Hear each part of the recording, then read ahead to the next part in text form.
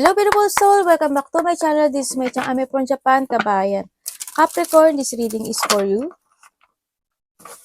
Tingnan natin ang mga magaganap o mangyayari sa'yo sa natitirang araw ng November 2024. Stress ka sa trabaho mo or money mo. This is a general reading, Kabayan Capricorn. Kunin mo lang sa'yo at itapon ang hindi sa'yo. Maraming salamat sa mga nagpa-personal reading. Kung gusto na energy nyo lang, ang gusto mo makuha, all the details is nasa baba ng video na ito. Maaring ito is vice versa, maaring energy mo, energy ng person mo o energy ng malapit sa puso. Maaring nangyayari or mangyayari pa lang, Capricorn. Use your own intuition, lawakan natin ang ating isipan. Napakarami yung energy sa mundong ito, kaya hindi ito basta-basta magre-resonate sa inyo. Ano ba yan? Kailangan na babaksak. We have the woman. Bumaksak na siya. May sabihin, it's for you.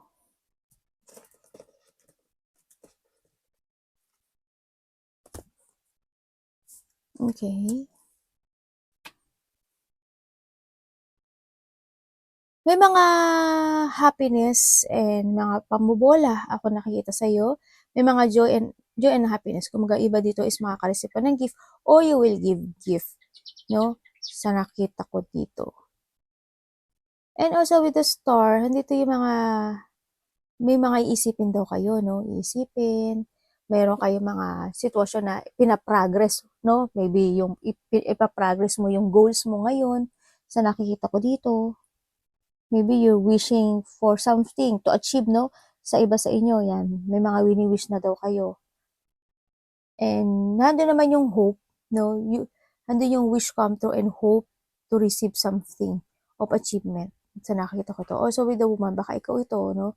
Maaring ikaw o asawa mo, kapatid mo, ganyan. Maaring merong mga quarrel, yan, may mga questionnaire.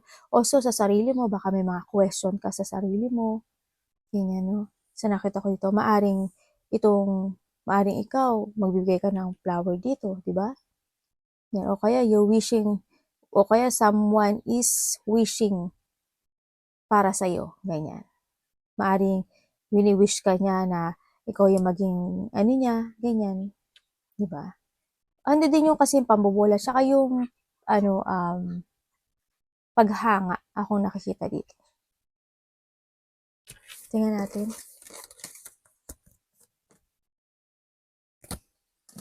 Ano energy ni Capricorn? Parang feeling ko madumi yung table ko. Energy ni Capricorn is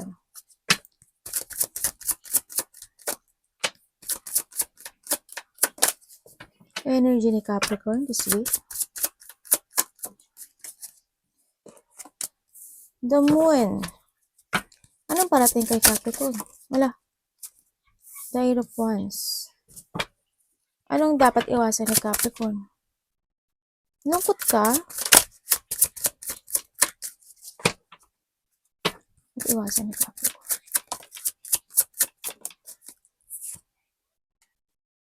The Two of Pentacles.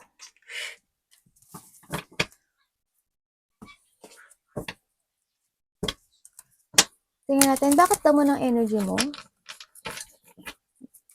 The Water and Pisces. Bakit damo ng energy ni Capricorn? Energy mo to. Ano yan? Bakit?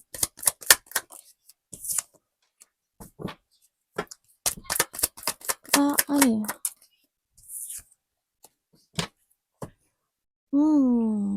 Okay, we have the fire in Sagittarius. The air in Aquarius. The Fool also is the air. And also the water element. And the, sinabi ko na yan, it's your earth. Energy mo this time is may mga iisipin ka daw, i-illusionin ka na isang sitwasyon mo, no? Sa nakita ko dito. Either yung mga gusto mo i-priorities, no? Yung may mga gusto kasing gawin this time, no? Sa nakita ko dito. Maaaring yung mga task mo, iisipin mo siya, no? Handito rin yung nakikita ko dito is makakaramdam ka raw ng pagod, no? Parang handito yung situation na ang nakita ko dito, parang pagod na, hindi ko alam kung night shift ka ba, no? May mga pag-iisip, parang magkakaroon, baka mag-i-inventory ka. Baka mag-i-invent baka iba dito mag-i-inventory, ano? Kasi parang nakita ko mapapagod ka raw. Yan, marami kang gagawin na priorities or ay isipin or gagawin something ganun na or mga task, no, sa nakita ko dito. May mga iba sa inyo is may mga gusto na kayong gawin sa buhay nyo. Mas more kayong or need nyo mas more maging wiser dito and stronger. Kung may mga sitwasyon na medyo napapagod na kayo at ayaw nyo na, ganyan, kailangan mong i-leave behind yun. Huwag mong isipin ang isipin yun, no? Sinasabi dito. Kasi magiging pala mag-iisip daw kayo dito sa mga huling araw ng November. Ganyan, mga illusioning, magdi-delusion kayo, ganyan. Baka hindi kayo makapagtutulog, yun. O baka kulangan kayo sa tulog, or maybe or night shift. Makakaramdam ka rin daw ng pagod this week talaga, no? And also, meron naman may beginning naman, no? May beginning. Kumbaga, magkakaroon siya ng resetting this time. Siguro meron kang aalisan na isang bagay. Or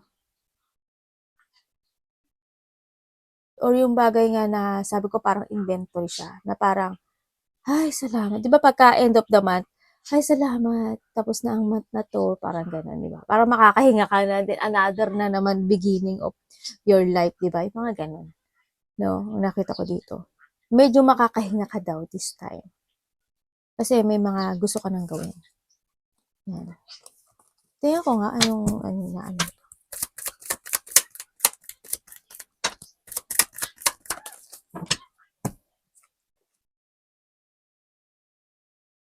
Oo nga, no? Ibig sabihin, magkakaroon ng separation.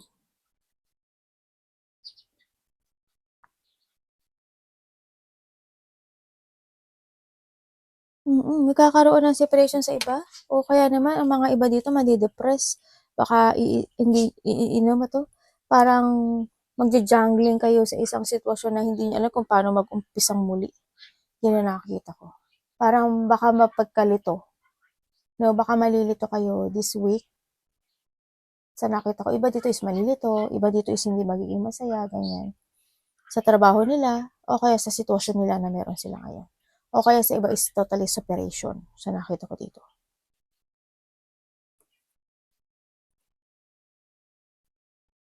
Sana walang magkaroon ng pag-aaway, no? Or hindi ka mainis sa nakita ko. Sana walang ganun.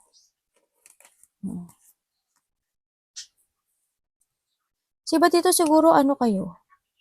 Magkakaroon kayo ng bagong simula ng trabaho nyo. Iba mag-iisip eh.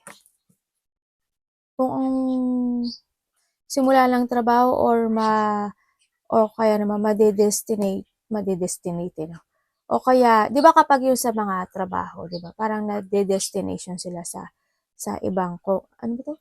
Di ba, ano ba tawag dun?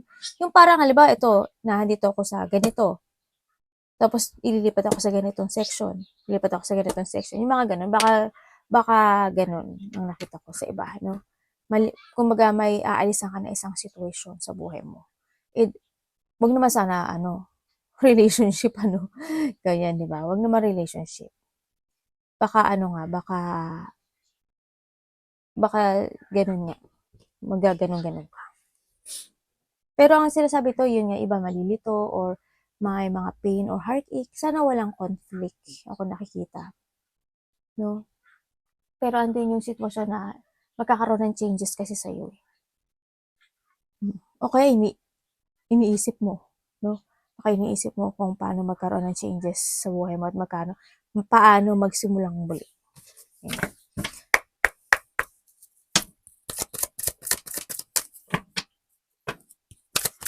Meron ka bang parang nakikita ko na na matanda. Hindi ko alam kung sino yung matanda, relatives or parents, baka inaalagaan mo, sinusuporta.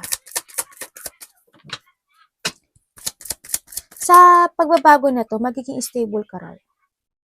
Magiging okay siya. Sa pagbibigay, kung hindi ka lang malilito at makakapag-desisyon ka, magiging okay siya. Magiging kampante siya. Pag-uumpisa ng iyong pagkakaroon ng success, ng stability. Kumbaga, magiging safe and okay.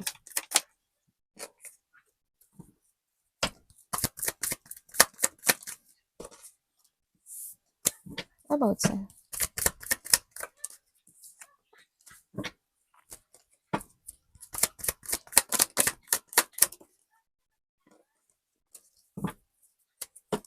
Bakit?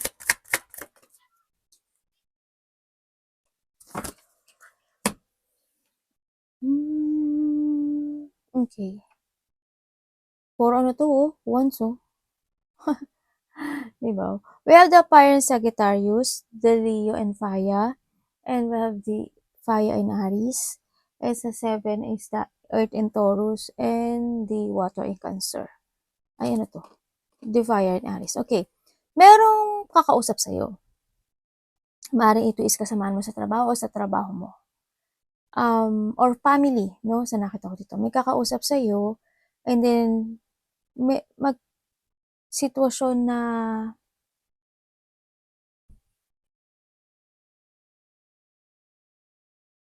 kasi may makikipagkita sa'yo eh.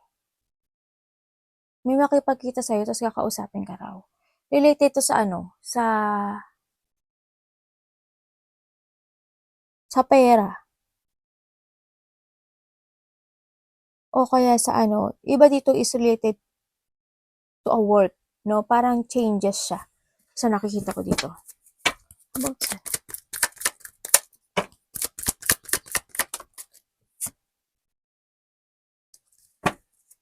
About.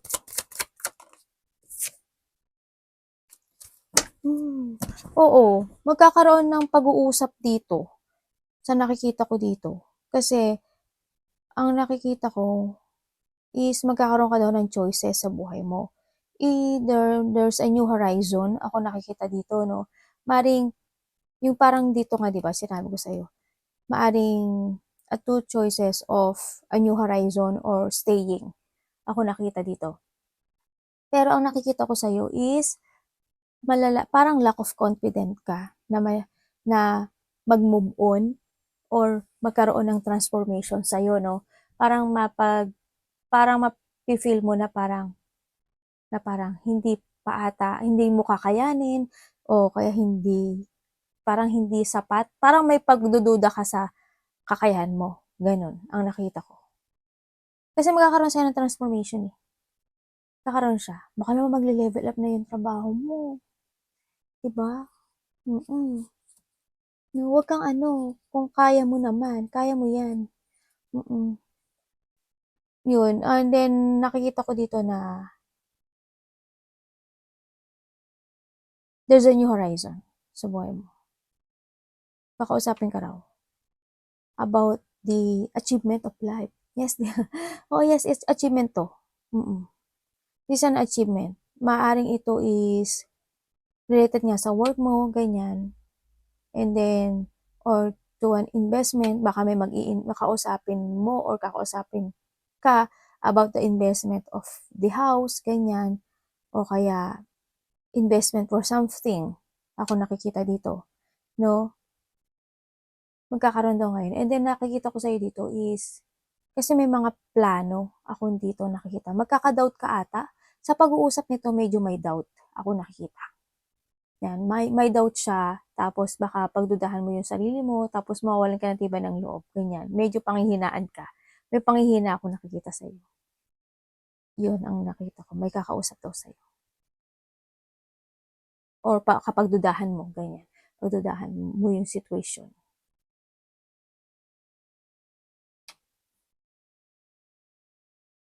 So, sa New Horizon, no? Kasi, ang nakita ko sa'yo, in the past, maaaring medyo hindi naging maganda yung mga sitwasyon mo. No? Maaaring may mga pangit na nangyari in the past. And now, magkakaroon ng transformation na talaga sa'yo. Na maaaring magkakaroon ka ng moving on or magkakaroon ng revert sa'yo. Transformation or revert, ganyan. Maaaring magkakaroon na ng pagsasaayos sa mga the past mo na nahirapan ka. Ganyan. This is a big transformation sa nakita ko dito kasi may mag-o-open na door para sa'yo. It's good naman kung ano, this is an achievement, no? Achievement to sa'yo. Ang nakita ko dito is ano yung iba sa inyo, bakit kaya ang dami kong taon nakita pala? Iba sa inyo maraming tao daw na makipag-usap sa inyo or makipag-communicate sa inyo. Yes, meron ako hindi ko alam kung why, kung ano yun. Maaring something celebration, yan, mga happiness, enjoyment, mga ganun. Baka may getting together ako nakita dito. Either your family or reunion or mga kasama sa trabaho. Basta close relationship siya. Maaring may mga surprise or parties and event. Iba naman dito, maaring may coming home. Ganyan. Ako nakita. May ano ka kasi, may clear path and positive destination ka na pupuntahan this time. Kasi may magbubukas na door para sa'yo. Kung ano man yung door na yon, sa nakita ko naman is magiging good siya. Tingnan natin ang dapat iwasan mo. Bakit to open ka kasi dapat niya iwasan?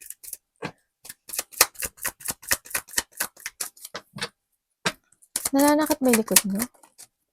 Kung yung dati medyo nasasad ka sa mga nangyayari sa buhay mo, ganyan, naghahanap ka ng tamang direksyon, kasi maaring in the past, maraming nangyaring backstabbing or hindi naging good yung situation, di ba? Sa ngayon daw is magkakaroon na siya ng good. Magkakaroon siya ng pagsasaayos. Bakit?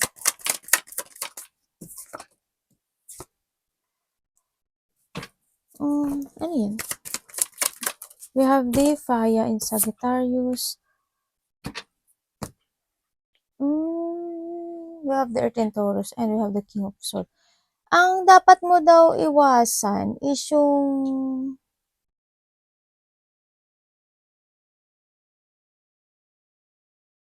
hindi makapag-desisyon sa isang sitwasyon na kasi magkakaroon ka nga ng transformation, di ba?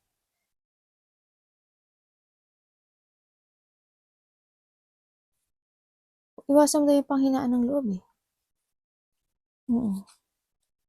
Iwasan mo, ang daming tao Ang daming tao. May nakita pala akong ano doon. May namatay ba? Siguro may namatay in the past, ano? Siguro in the past may namatay. Na malapit sa puso mo. O kaya, nakita ko talaga dito na may aabandonahin ka nga. Dito. Kasi there's a new horizon ako nakita. And also, dito, iwasan mo daw yung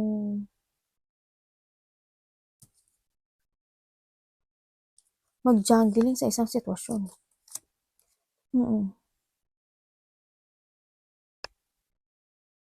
Mag-jungling for what? Pwede ko bang ano to? May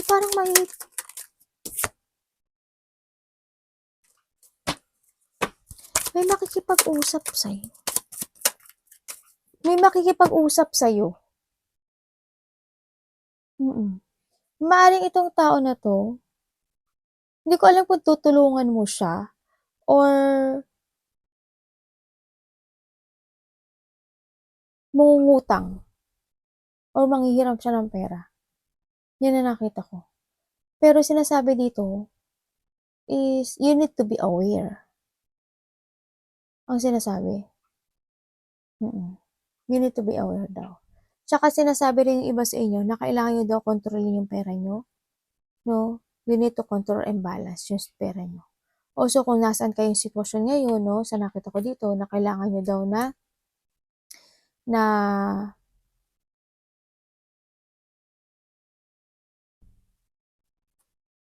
kailangan nyo daw na maging i-evaluate or kaya maging flexible.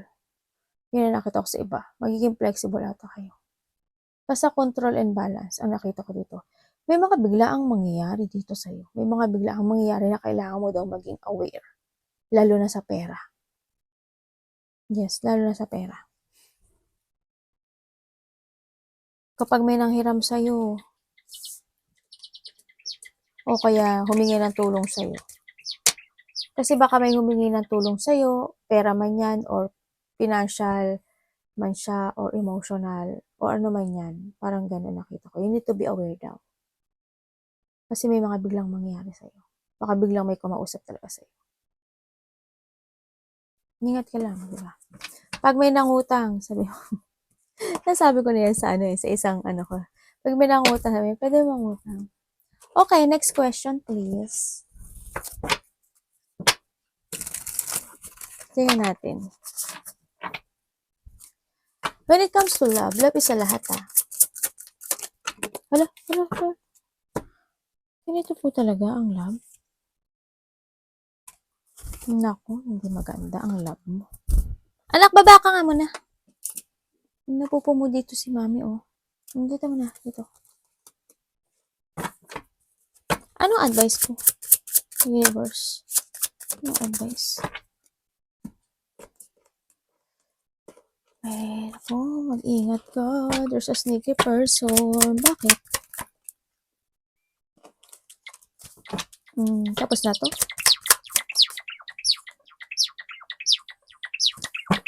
Ba't nandiyan si Anak.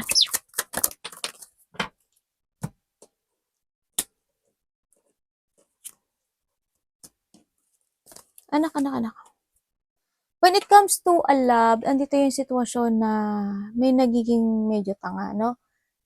May taong medyo nagiging tanga, and then may tao dito na medyo delikado, no? Sa nakikita ko dito. May tao, when it comes to a love is it's shattered, no? Medyo stress, no? Sa nakita ko dito, medyo stress, and pinag-iisipan mo, kumbaga, this is not a stable relationship sa nakikita ko dito, no? Hindi siya stable. Ang nakikita ko kasi dito sa relasyon na to, it's more on, may tao naging tanga, may tao na nag-aaboy, may tao matigas ang puso, at may iba tao na medyo may kalupitan, no? Kumbaga, may tao na naghahari-harian dito sa relationship na to. Sa nakikita ko dito, nandito ka sa stress mode, no? Kumbaga, tong relationship na to is napaka-sad niya kasi uaaring ito is winish mo noon pero it's shattered, no? It's more on sadness. May mga sitwasyon ako na maaaring pinag-aalala mo, na-stress ka, na-anxiety ka, no? Don't wait, no? Sa nakita ko dito. Kailangan, andito ka sa sitwasyon na I don't know kung naghihintay ka pa ba ng enlightenment o sinasakripisyo mo ba yung kasiyahan mo? Kasi napaka-stress, anxiety, and depressed ka dito sa nakita ko dito, no?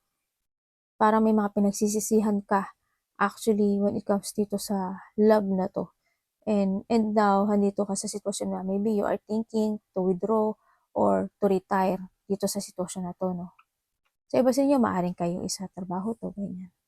Baka gusto mo nang sumaya at gusto mo nang umalis dito sa sitwasyon dahil maaaring pinuloko ka ng asawa mo o kaya ng boss mo, ganyan, di ba? Kung trabaho to.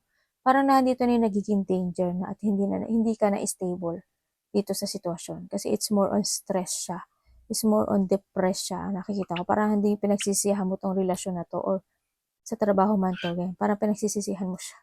At iniisip mo siguro yung, kumbaga, mag-iisip ka na siguro na to make a new beginning in your life this time.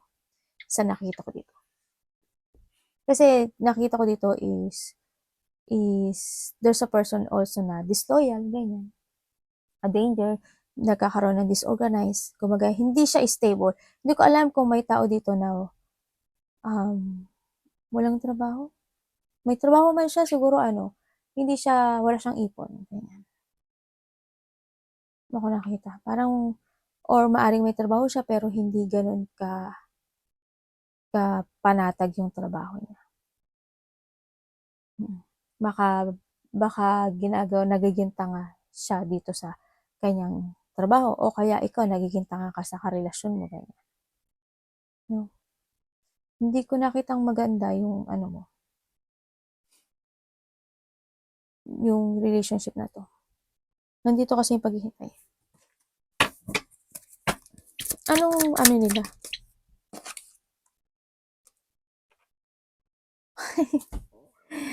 Diyos mio.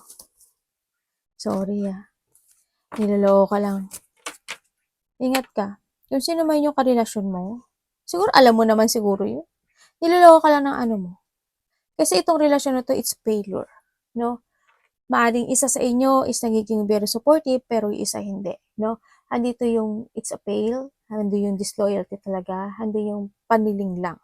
Isa dito is nangliling lang, 'no? Andito yung sitwasyon na isa is nagiging weak talaga, arrogante, 'no? Yung isa na hanggang sa dumadating na yung low of confidence mo, ganyan. Andito yung as in pangliling lang siya. Maaaring sa trabaho mo din nililin ka ng boss mo. Dito sa relasyon na 'to, walang success. Bakit po, son?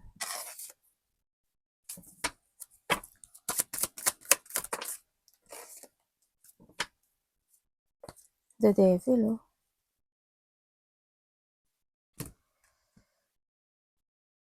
Okay. When it comes to advice, sinasabi ni universe na worth mo naman daw na maging masaya, no?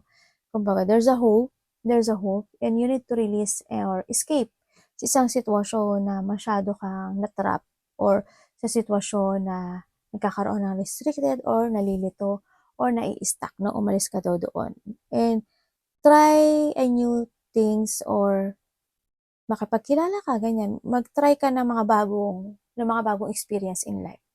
Mga bagong kasama, mga bagong um, situation, ganun ang sinasabi dito. Kailangan mo din daw maging masaya. Yan ang sinasabi. Meron ba nagpapagawa ng bahay or may bibili ng bahay? Parang may nakita kong gano'n. No, kumbaga alisin mo yung sitwasyon mo na natrap ka. Kumbaga yung mga toxic energy yan. No? This is a time na kailangan mo ma-recover, kailangan mo ng kailangan mo nang maka-recover. Kasi the sun is the happy card kasi, 'di ba?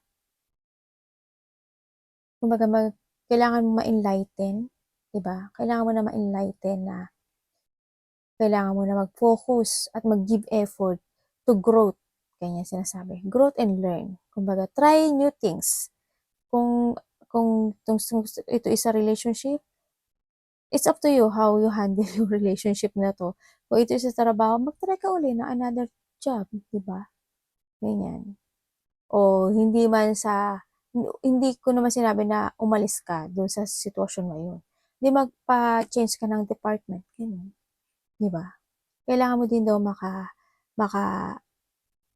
makasalamuha sa ibang tao, ang sinasabi dito, para mag-growth ka. Kumbaga kailangan mo din kasing mag-learn ng iba, ganyan.